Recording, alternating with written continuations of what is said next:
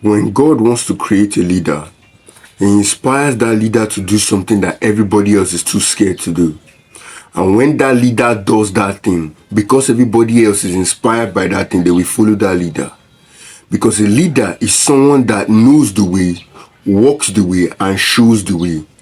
When God first anointed Saul as leader in the Bible, the children of Israel did not accept him fully. But you see, around the time that he was anointed as king, a problem arose. There was a king, King Nahash, that wanted to come to Israel and he wanted to kill all the Israelites. He came and he wanted to conquer one part of Israel. And that part of Israel, they wanted to surrender to him. But he said, surrender to me on one condition. I will take out one of each your eyes. So because he said that, the whole of Israel were in disarray and they were crying and there was problem everywhere because they were saying that this man is going to kill us. When they were in that deep problem, Saul stood up and led the Israelites in anger to go and conquer that king. And once he conquered that king, doing that bold thing, because God inspired him to do it. When he heard it, the Spirit of the Lord took control of him. When he went to go and conquer that king, the people of Israel rose up and started saying, where are the people that said Saul should not be our king?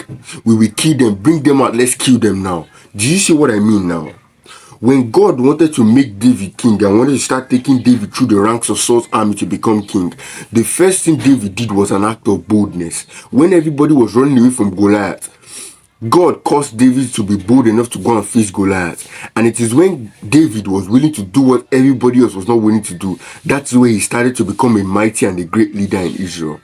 Even you now, the reason why God is inspiring you to do something great is because eventually that path that is pushing you in the direction of, that it seems like a lonely path, you are going to lead people in that direction. Many times your family will not understand you. They will not believe in you. And you see, if you had everybody around you, then you are part of the crowd. So the very fact that they don't want to accept your ideologies, especially when they are not bad. I'm not talking about you having bad ideologies and they don't accept it. No, I'm saying moral ideologies. You want to do something that is good, but they think it's risky or they think you cannot do it, it's not possible. They think you will not succeed. Don't listen to them. Eventually, they will follow your example.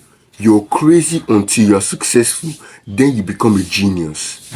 The worst way to become successful, which means you will not become successful at all, is to ask somebody that is unsuccessful on how to become successful.